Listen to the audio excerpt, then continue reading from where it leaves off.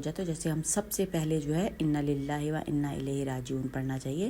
تو میری طرف سے سب کو بہت بہت جمعہ مبارک، اور ماشاءاللہ سے ذی الحج کا مہینہ اور جمعے کا دن.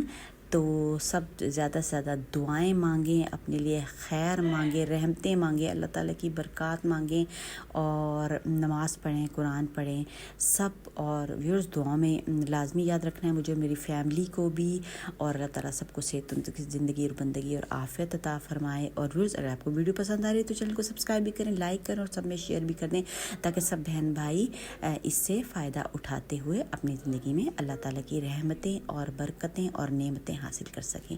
تو مجھے دیجیے اجازت. اللہ حافظ.